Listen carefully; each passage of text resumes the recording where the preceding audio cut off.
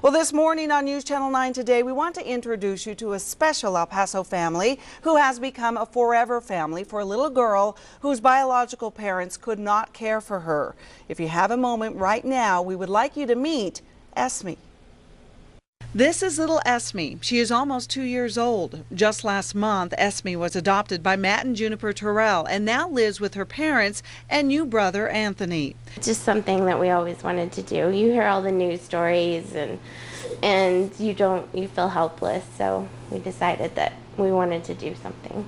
Esme is a special needs child. She was placed with Child Protective Services after her biological parents, who are special needs themselves, took her to the hospital. That's when doctors determined the baby girl, who at the time was only 28 days old, suffered from a fractured leg and wrist and brain damage and was likely the victim of shaken baby syndrome. Esme is now developmentally challenged and legally blind in both eyes, but despite her disabilities, Juniper and Matt knew they wanted her to be a part of their family. When she smiles at you, it just lights up your whole life. We were so lucky to get her.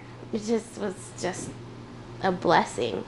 Matt and Juniper say adoption was for them, and they hope other borderland residents will consider becoming forever families as well. There have been some challenges with taking care of her and adopting her and everything, but she's brought so much into our lives. I'm really glad that we went down the path that we did and took her in. And Juniper suggests to explore the idea of becoming a foster or an adoptive parent.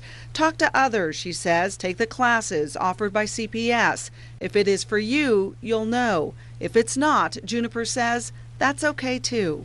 If you can't do it, it's better to not do it.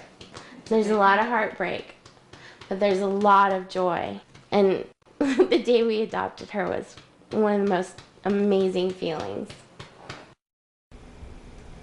She is such a very, very cute little girl. Now, becoming a foster parent or an adoptive parent is a lengthy process. Know that. There will be home studies, background checks, and months of classes and workshops that you will be required to attend. But in the end, your commitment to these kiddos who, to no fault of their own, have lost their biological families can find their forever families if you can help.